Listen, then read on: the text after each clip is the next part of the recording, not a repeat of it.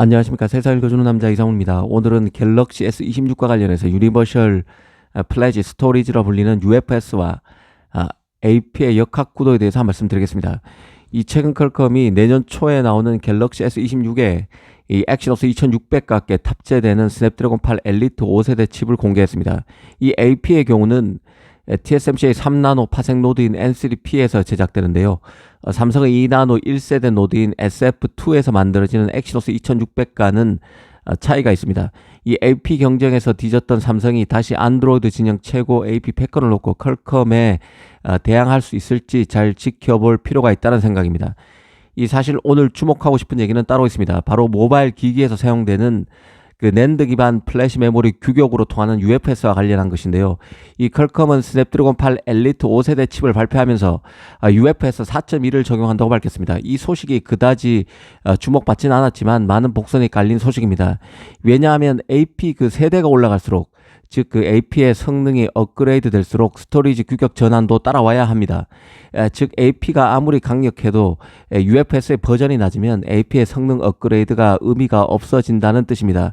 이 갤럭시 S25에 탑재된 스냅드래곤 8 엘리트 칩 같은 경우는 UFS 4.0을 적용했는데요. 이번에 새로운 AP 스냅드래곤 8 엘리트 5세대 칩을 내놓으면서 UFS 4.0에서 소폭 진화된 UFS 4.1 버전을 적용한 것입니다. UFS 4.1 버전은 UFS 4.0의 마이너 업그레이드 버전으로 이해하시면 쉽습니다. 4.0과 비교해서 전력 효율이 46% 개선된 것이 특징입니다. 기본적으로 UFS 버전이 올라가면 이 전선 속도는 좋아지지만 전력 소비와 발열 관리가 까다로워집니다. 이 문제는 엑시노스 2600인데요. 2600의 경우는 스토리지 규격으로 어떤 UFS 버전을 적용할지가 관건입니다. 결론부터 말씀드리면 UFS 4.1 탑재 가능성이 더 높은데요. 다만 삼성은 갤럭시 S 시리즈에서 스토리지 스펙을 마케팅 포인트로 쓰는 경우가 있기 때문에 일부 최고가 모델 즉 울트라급에는 UFS 5.0을 시험적으로 적용할 가능성이 열려 있다고 보는 게 합리적인 추론입니다. 사실 그 갤럭시 S26 시리즈는 칩셋 전략에서 변화가 예상되고 있는 상황입니다.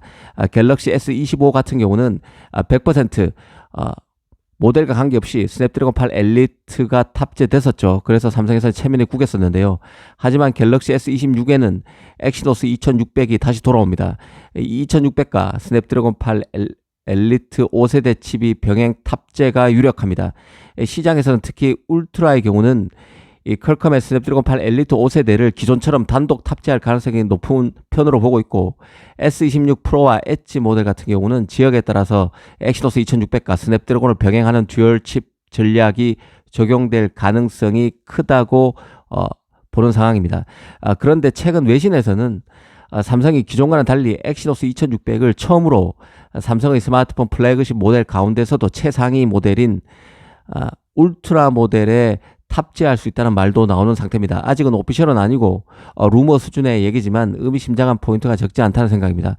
무엇보다 UFS의 함의를 알고 보면 이번에 삼성이 엑시노스 2600의 차별화 포인트로 UFS 5.0 지원을 넣을 수 있다는 생각도 듭니다. 이 정리하면 가장 가능성이 높은 그림은 엑시노스 2600도 스냅드래곤처럼 UFS 4.1을 주력으로 지원하되 차별화 포인트를 위해서 갤럭시 S26 울트라 같은 최상위 모델에는 5.0 옵션을 테스트용으로 적용할 수 있다는 생각입니다. 사실 그 엑시노스가 전면적으로 UFS 5.0을 가져가는 것은 시기상조라고 보는데요. 지원 가능성은 남겨둘 수 있다는 게 합리적인 판단이 아닐까 싶습니다. 이 사실 스냅드래곤 8 엘리트 5세대가 UFS 4.1 지원으로 가는 이유는 아직 그 UFS 5.0 생태계, 가령 그 컨트롤러, 낸드, 소프트웨어 최적화 등이 충분히 준비되지 않았기 때문이기도 합니다. AP가 스펙상 5.0을 지원하더라도 실제 탑재할 수 있는 스토리지가 거의 없으면 의미가 없을 수밖에 없는 것이죠. 특히 삼성으로서는 일부 엑시노스의 UFS 5.0을 지원하더라도 호환성 문제, 발열, 전력 최적화가 초기 단계이기 때문에 플래그십 전체에 적용하기는 어렵습니다. 특히 폰의 안정성과 원가도 고려해야 할 중요 변수인 것이죠. 아직 검증이 더 필요한 UFS 5.0을 전면 도입하기는 부담이 될 수 있습니다. 이런 관점에서 UFS 적용 버전을 잘 살필 필요가 있다는 생각입니다. 사실 그 UFS 버전이 어떤 것이냐가 중요한 이유는 그 AP 성능이 어떻게 나올까 효과를 가늠하는 지표이기 때문입니다. 즉 AP 성능을 담보하려면 UFS 버전을 높여야 하는 것이죠. 또 이는 삼성, 하이닉스, 마이크론 등 메모리 업체들이 UFS 버전에 맞춰서 연쇄적으로 낸드 신제품 상용화 로드맵을 조정하는 결과로 이어지게 됩니다. 특히 삼성은 UFS 구격을 주도해 온 업체입니다. 낸드의 컨트롤러까지 턴키 솔루션 제공도 가능합니다. AP와 스토리지 조합은 성능 문제인 동시에 제품의 포지셔닝 전략이기도 합니다. 차별화 포인트가 된다는 얘기죠. UFS 버전에 따라서 모델별 성능과 가격 차별화를 이뤄내게 됩니다.